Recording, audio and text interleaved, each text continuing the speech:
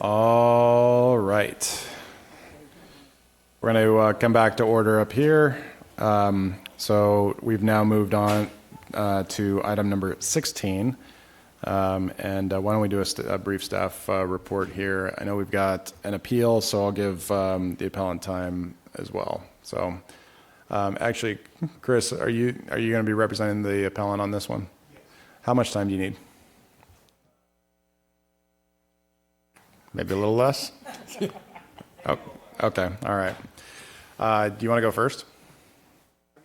Okay, yeah, why don't you do that? And we'll have, we'll do the staff report after that.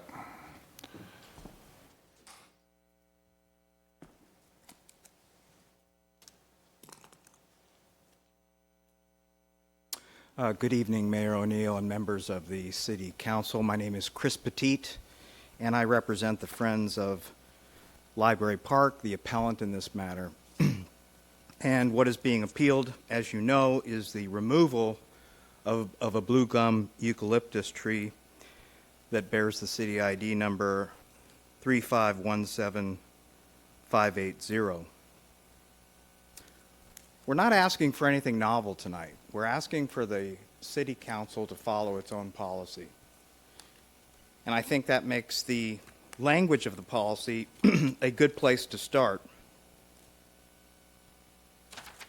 We're dealing, first of all, not only with a special tree, but a tree that holds a higher significant historical concern, and that's a landmark tree.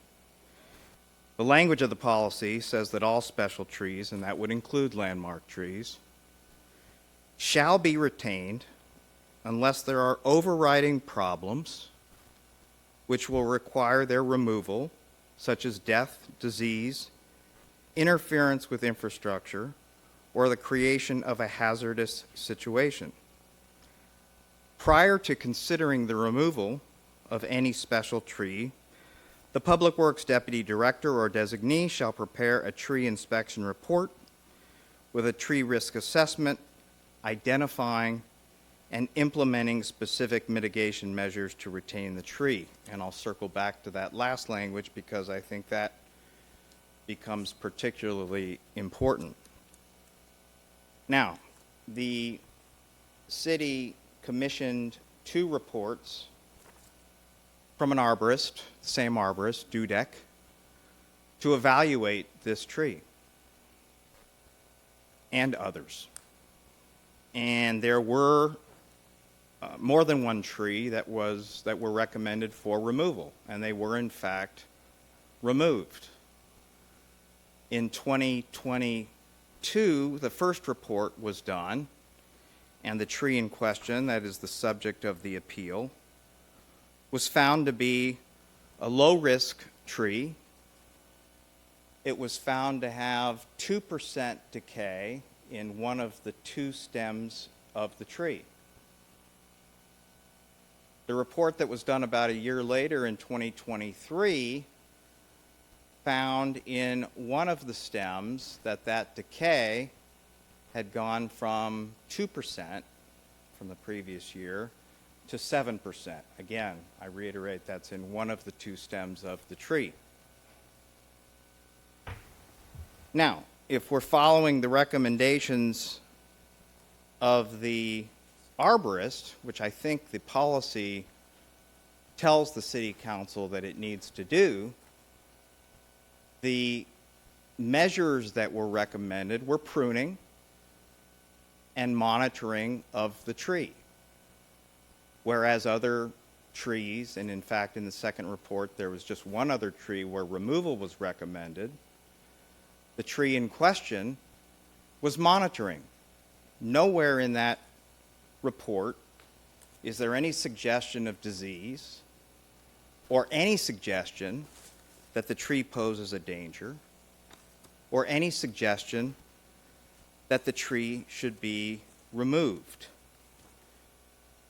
Now, in the resolution in question, 2024-71,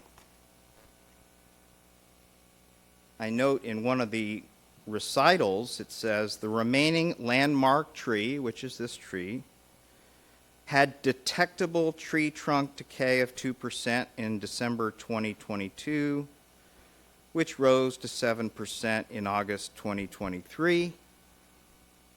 And based upon the decay's advancement rate, the tree is on a path to reach or surpass a 30% level of decay within 5 years, in which case there is a high risk of whole tree failure. Now, I don't know where that comes from. It would appear to be a linear progression of the decay extrapolated from the 2% in 2022 and the 7% again in one stem in 2023. But the arborist that the city commissioned to professionally evaluate this tree didn't come up with any kind of conclusion like that. So I don't know if you would call it speculation or something else, but there is no evidence to support the idea that this tree is going to progress to a decay of 30% in 5 years. And in fact, from the first report in 2022 by DUDEC to the second report in 2023, there are actually decay levels that decrease. There's more than one that decrease, maybe only a point or two, but they decrease. So the idea that the tree stem that we're talking about is going to reach a level of 30% in 5 years is just simply not supported, and yet that appears to be one of the factors, if not perhaps the heaviest factor, that the council is relying on to support the removal of the tree. So I will finish where I started, and that is, again, we're just asking the city to follow the G1 policy. There's been a number of presentations that have talked about the history of this great city, and this tree is defined in the policy as a tree of historical significance in the city. So I would ask the council to, again, consider its own policy and not remove the tree. Thank you very much for your time. Thank you very much. All right, we'll go to staff for discussion on this item. Have at it. Good evening, Mayor, Council. Dave Webb, your Public Works Director. Tonight we have Tom Sandifer and Kevin Picard, our Landscape Manager and Assistant City Engineer on the project. Just real quick, we have a couple actions tonight just to identify. We have our tree removal appeal that you'll be looking at, and should you go through that and agree with declining the appeal, then there's two other actions. We have to waive a zoning code, and we also have to have you adopt the CDP for the project. On the note of the CDP, there's some new language the clerk handed out to you that we made some modifications. Just note that we've updated the CDP language. But with that, I'm going to give it over to Tom. You can give a quick report, and then Kevin on the tree. Thank you very much, Dave. Again, my name is Tom Sandifer, Assistant City Engineer for your Public Works Department. We shall skip through most of this. This is the project timeline. You guys are familiar with this. What's important is the March 5th, 2024 commission. That is the date of the meeting that the approval to remove this tree took place, and that is what is being appealed tonight, in that September 19th, 24th. This is the location. You can see the tree back there. Now I'm going to introduce Kevin Picard, the city's landscape manager, and he'll take you through the sort of response to the appeal. Good evening, Mayor, Mayor Pro Tem Stapleton, council members, public, and staff in attendance. My name is Kevin Picard. I'm the Parks and Trees Superintendent for the City of Newport Beach, and I'm presenting the appeal portion tonight. So these are the three trees that were on the site. Right now, we are at one tree existing. These are the findings that we presented to PB&R and then to council on May 14th.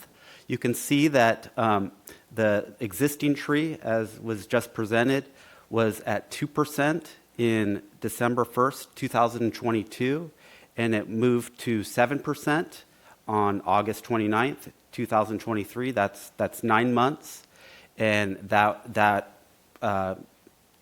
we were basing kind of that 5-year time frame where it get to 30% on the other trees. As you can see, one of the second tree that we removed went from 17% to 44% in 9 months. So after we removed that second tree, you can see the tomographies, the 17% to the 47 or 43%. After we removed the trees, when we got to the base of the tree, you could see that the rot consisted of white, compromised wood, and this wood just basically flaked off. So you can see that tomography is a proven method of discovering rot in a tree. So the other item, it's not just the tomographies that we're looking at as a problem with the tree. It's the construction activities on site. If we were to leave the tree and design around the tree, there would be compaction, there would be root pruning. The tree overhangs the existing structure. Just removing the footing of that structure would damage roots irreparably, and that would increase the rot, and it would hasten that decay that's already in the tree. To say the tree's not sick is not accurate. It's sick, it has decay, and that's untreatable decay. Also, these construction activities may even jeopardize the tree's stability, removing roots under the parking lot, under, like I said, the building's footing. And then ultimately, that tree, if it were to remain during construction, would be a risk to public safety.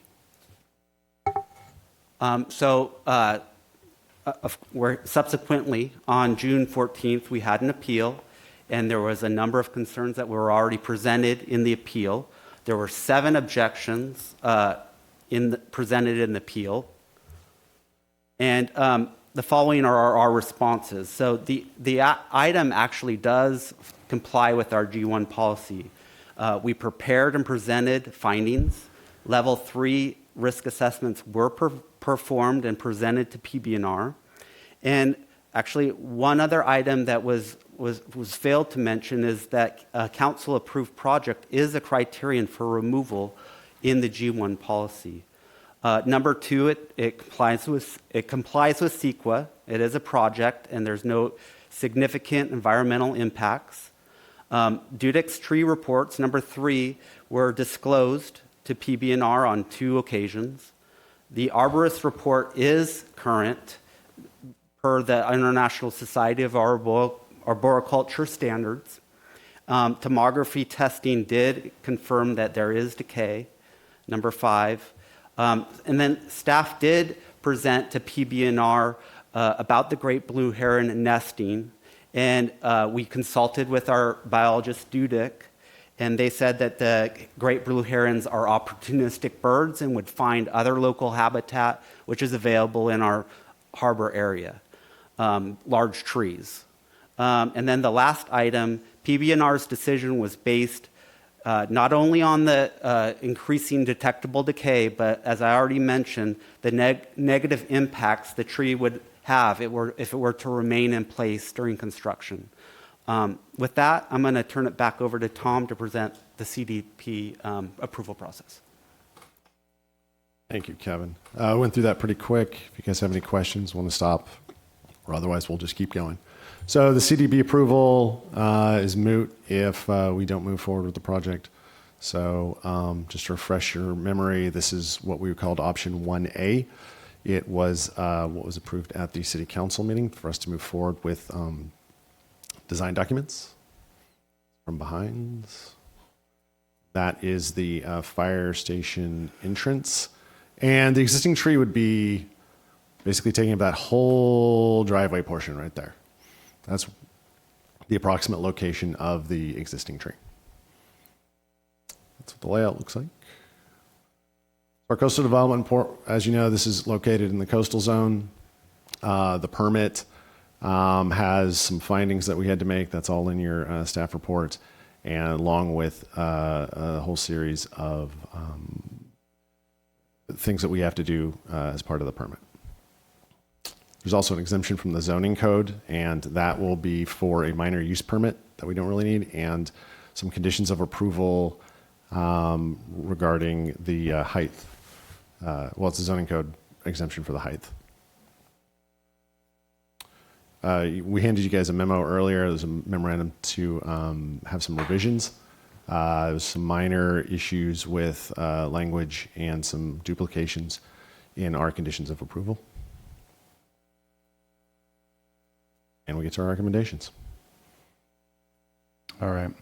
Any questions up here before we go out to public? Nope. All right.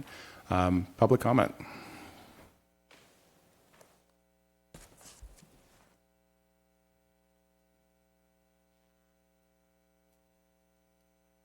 Mayor O'Neill, members of the council, my name again is Jim Mosher. One thing I don't understand is if we had been following the G1 policy, when PB&R made their decision to approve the removal of the tree on March 5th, that should have resulted in the tree being posted for a 30-day appeal period. But the appeal didn't come until June, and the reason for that is the tree apparently was not posted for more than 2 months, and the staff waited until after this council had seen the conceptual plan. I do not understand why that happened. The appeal should have been resolved before you saw the conceptual plan. I'm not here particularly, though, to talk about the tree. My concern is I think the plan for the building, for the library, and the fire station would have benefited by going through the normal process, which had been that the CDP requiring a site development review to allow the height increase should have gone as it normally would to the Planning Commission. 2 of you were on the Planning Commission. The Planning Commission looks carefully at plans. Some of them are experts in the field, and they often recommend improvements. They may see something wrong with the circulation, something wrong with the layout. In addition, to the best of my knowledge, neither the library board actually looked at, after seeing the general concept, actually had a chance to opine on the actual detailed plan that you're apparently approving tonight, because the CDP will say that the city has to follow whatever exact plan you're following tonight. Nor did PB&R get to look at the layout of the playground area and the flow around that, which they specifically asked for further chance to look at that. And then finally, as those of you who've been on the Planning Commission know, the Planning Commission does look at the conditions of approval. You've gotten a memo today with an extensive changes to those. But when I look at the original set of conditions of approval, which you'll find on page 16-41 of they end on page 16-41 of the agenda packet, there were 3 conditions imposed by the fire division. I think that really means fire department of the city. But the handout you have here just ends with number 40, and it doesn't show whether those are now included or deleted. So are they in? Are they out? I don't know. If this had been for the Planning Commission, I think they would have questioned that. Thank you. Thank you. Next speaker, please. Mayor Will O'Neill, we meet again. Thank you for taking the time this evening to speak with us and fellow council members. My name is Jim Maloney. I think many of you know me. I'm often up here speaking on behalf of trees. I am a member of the Friends of Library Park Tree. Many of us are here this evening. Some of us could not make it after that long and lengthy debate on the housing plan. But as you said, Mayor O'Neill, we can respectfully disagree on certain topics. I am here to respectfully disagree with the staff on the health of this tree. This tree is not sick, it's not dying, it's not diseased, it's not decaying. I've been to 3 or 4 PB&R commission meetings, and this will be my second council meeting.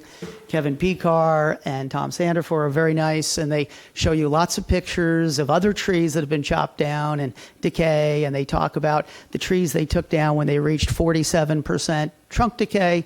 This tree, which I explained previously, is the girth of this large table over here, has 2%, and maybe it went to 7%. That's very nice, but that is nowhere near creating a dangerous or diseased situation. So on that basis, I feel under the G1 tree policy, there's no basis to remove it. I don't think anyone who's a member of the Friends of Library Park Tree disagrees with the staff or the council or the firemen or the librarian that all want to build a $16 to $18 million new facility on this site. However, we beg the question as to why the library and the firehouse have to switch locations. This library, as you know and has been presented before, is a historical landmark. The first library in the city of Newport Beach was formed by the Bell Club. Other public commenters have made that comment. It was 1909. The community brought their books together. They put it in a cottage on that location. That is the site of the first library. Later in the 30s and 40s, the library was built. Later in the 50s and 60s, the firehouse was built. But switching the order is simply not necessary. I understand why the tree is in the way. I heard comments about public safety and responsiveness of emergency personnel to get to fires. I tell you, in my honest opinion, the reason the order is being switched, the reason the location is being switched, is for it to be more convenient for the fire trucks to return. They can return off of Island Ave as opposed to going down Balboa Boulevard and coming around on East-West Bay. So that's nice. It's a nice to have, but there is absolutely no reason why the library and the firehouse can't stay in the same current location. With respect to CEQA, I know a lot of arguments were made in the staff report about why there's exemptions 1, 2, 3. I respectfully disagree. While I may not be a CEQA expert, I will put on the record here tonight that the first exemption of CEQA is for additions, renovations of less than 10,000 square foot. This library and firehouse are being completely demolished. The site is being moved, switched, and the overall net square footage being built is over 10,000 square foot. So in my view, exemption 1 does not apply. Exemption 2 talks about replacement or reconstruction of an existing structure. If I could just finish up this last 2 seconds. Where the new structure will be located on the same site. They will be on different sites. They will be switched. And exemption number 3 exempts construction and location of limited numbers of new small facilities, including but not limited to structures not exceeding 10,000 square foot. So in short, I personally object to the claim that this is exempt from CEQA. Thank you. Thanks, Jim. Any other speakers on this item?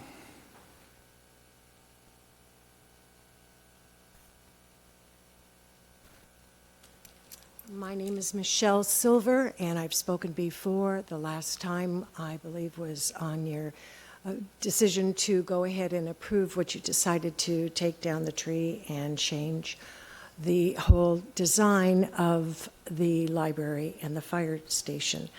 I'm one of the first people, along with the rest of them, that have objected to the plans because I live there, and none of the council members actually do. So the local people who showed up and tried to explain that we did not want that type of design done obviously didn't change your opinions because you all voted for it at the time. One of the things I'm concerned about right now, since it looks like, again, you're going to try and decide that we can't appeal this, is there's rumors and a lot of speculation on changes that have already been made on the design and the parking alone, which leads to the question, if you can decide to change parking because of possible zoning or maybe irregularities, why wouldn't it be considered possible to change the design that you want to make just around the tree? When you say that the tree would be damaged or potentially could further impact that, there are so many projects going on all over many places where trees like ours are kept. And just because the roots go in one particular place, it doesn't affect what's being done when they're built. So once again, I'm going to implore you to please think about if you've made changes on anything else, and if that comes out to be correct, I think you could make additional changes on what you're planning on doing. Thank you. Thank you. Next speaker, please. Hello, my name is Vadant, and I am a concerned resident. I'd just like to make a couple points about the exemptions. So exemptions 1 and 3, or classes 1 and 3 that were noted in the report, also mention that any new projects must also not run in the way of environmental concerns, environmental sensitivities, for example. And we'd just like to point out that, at least in this context, there are, as I'm sure you all are aware, a few dozen blue herons which nest in these areas. So insofar as the exemptions also take into account environmental sensitivity, it is worth noting that this entire project will destroy the habitats, these historic habitats for these birds, and force them to relocate, often to residential areas. So for that reason, we would also disagree as to whether the exemptions are applicable based on the environmental sensitivities here. Thank you. Thank you. Anyone else? Chris, since you were the appellant's counsel, you've got a few minutes extra if you would like to do any rebuttal. You don't have to, but it's yours if you would like it. Yeah, come on up. Thank you, Mr. Mayor, and members of the council again. I urge you to read the two reports, and it's very simply laid out as to what the recommendations are for this tree. You heard from staff claims that the tree is sick and diseased, and that is simply nowhere to be found in the reports. The exact opposite is found. There's nothing about 30% decay. It's just fiction. And so I would ask you, before taking official action, to just look at the two recommendations that are in each of those reports. Very simple read, and it will tell you exactly what you need to know. Thank you very much. Thank you. All right, we'll bring it back. Councilmember Grant first. Just briefly, I want to appreciate the Friends for all the hard work and study that they've done on this, and the residents, especially the local residents. I understand that it feels like a small part of the community that people live in, and they have a vested interest and concern with their little part of the bigger city. Change is hard. We're looking at changing a historic place in our city. I've been to that library many times. We've had our historical society, I believe, is in that city, in that library. And it is a very emotional place for many of us here that have lived in Newport Beach for a long time. And that has to be reconciled with the needs going forward of public safety, additional library services, which are also very important. And these are decisions that we make all the time, weighing the differing opinions about what actually we should be doing. I think one thing I know about myself is I'm not a tree expert. I might be more of a library expert since I've been on the library board and I understand more about library services in our community and the needs, but I'm not a tree expert. And one thing I do know is that we do have experts on our staff, and we hire experts to tell us about that. And it seems like there's a difference of opinion here about what the actual needs of the tree are. But it is compelling to hear from our staff and from our consultants what their recommendations are. So again, I appreciate the concern and everything that's been communicated. It just appears that we need to rely on our experts for their judgment on how we move forward with the tree. And, if there's additional evidence that would somehow be compelling, I'm willing to listen, but it seems like we have significant amount of concern from our staff and from the consultants about the health of the tree. So I appreciate your being here. Thank you. Thank you. I've got a question for our city attorney on this one. So this is one of those things that I spent way too much thinking about, which is not actually the tree, but instead the role of council policies. Because when we went back and rewrote a lot of them and deleted a lot of them, and then rewrote G1 a few times during this last 8 years. One of the things that we've dealt with from the dais is we got the charter, which we can't change. We've got the municipal code, which we can, but it takes a little while. But with council policies, it's a direction to staff or boards below us on how to act in certain situations. And so it seems to me that, which we've done before, even if we agreed with the appellant we could also simply waive G1 and move forward with this for for the project purposes. So I'm trying to understand, first off, am I right?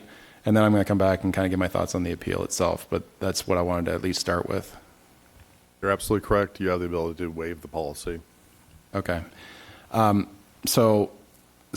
read the appeal. I've read the reports. Obviously, we've had this discussion. I think this is the second time now, and we went through the PBNR, and I think that it's well taken. But based on what I've read in the staff report and the reports, et cetera, it strikes me that the G1 policy has actually been complied with. I would say real quickly that I do appreciate that the attorney on this matter was much kinder and more professional than the last matter. So, Chris, thank you. I appreciate that. So I've got a few quick thoughts on this. The first one is, I think that a lot of this kind of was part of our thought process when we were going through and having the study session on which direction we wanted to go. And so this ultimately getting to where we are now, I understand why we're here. I do think that based on this, I would not sustain the appeal on this one. I would deny it. But I've got a question real quick. Also, when they appealed this, did they have to file an appeal cost?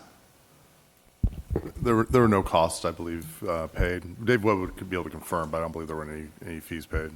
Yeah, the way the code is written now for an appeal to PBR, there's no fee. Usually it's about a $1,200 fee for appeal to a commission. Yeah, that's why I wanted to double check, because if that had happened, I would have asked for a refund on this one, because I understand why we have the discussion on this. So because I just I understand the arguments, but on this one, I think the PBR commission got it right with the additional conditions and discussions that we've had on this. And so I would deny this and move forward with it. But I have a boot and suspenders motion in play because of this. But does anyone else want to speak before I make a motion? No. Okay. Put it on me. All right. So let's see. So real quick, E. So B through E. So E has the amended resolution. Okay. All right.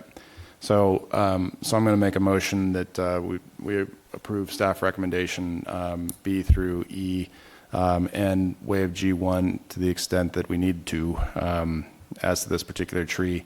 What would be the language on this, Mr. Harp? Including but not limited to, I'm sure, is what we would be saying.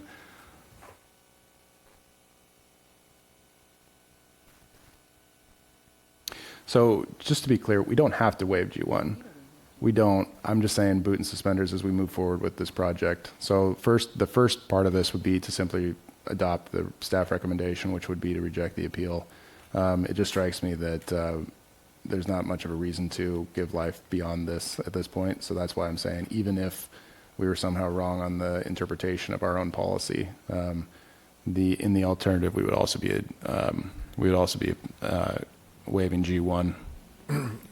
So you could say move staff recommendations B through E and waive council policy G1 in its entirety as to the blue gum eucalyptus tree that is the subject of the appeal, including but not limited to an alleged procedural or substantive violation of council policy G1 that would prevent, limit, or otherwise impact the city council's decision this evening to deny the appeal and allow for the removal of the tree. That's why you ask a city attorney. Okay. All right. So I'm going to make that motion. Do I have a second? All right, seconded by the Mayor Pro Tem. Let's go ahead and vote.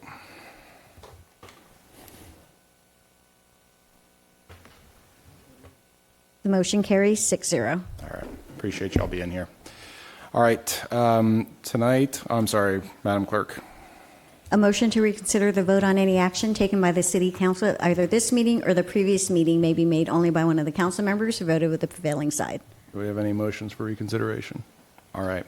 Tonight, we're going to be adjourning in memory of Mike Talbot, and I'll be reading it. Mike Talbot was born on February 20th, 1946, to Beatrice and Donald Talbot in Klamath Falls, Oregon, and spent his childhood in 29 Palms before moving to Tustin. After Mike graduated from Tustin Union High School in 1963, he went on to study law at the University of Southern California. During his professional life, he worked as an estate and trust attorney and later opened and ran his own aerospace firm, Universal Space Lines, LLC. In 1988, Mike married Brooke Miller and went on to have one daughter, Hillary Shannon. Over the course of his life, he was a filmmaker, an avid outdoorsman, a waterman, and a pilot. He donated his time and talent as a JAG officer with the California Army National Guard and served on the Newport Beach Civil Service Board. He enjoyed playing guitar with local musicians weekly at the American Legion on Balboa Peninsula. Among all of his accomplishments, he would always highlight how proud he was to be a father and a grandfather. Mike was predeceased by his parents. He is survived by his sister, Sherry Talbot, daughter, Hillary Albert, husband, Joe Albert, and his grandchildren, Rhett Owen and Beatrice Shannon. Mike passed away on September 8th, 2024. Services will be held at American Legion Post 291 on October 6th at 11:30 a.m. In lieu of flowers, and this is directly from his family, in lieu of flowers, take a moment to watch the waves crash on the shore, hear the birds, count the stars, and hug your loved ones. We stand adjourned.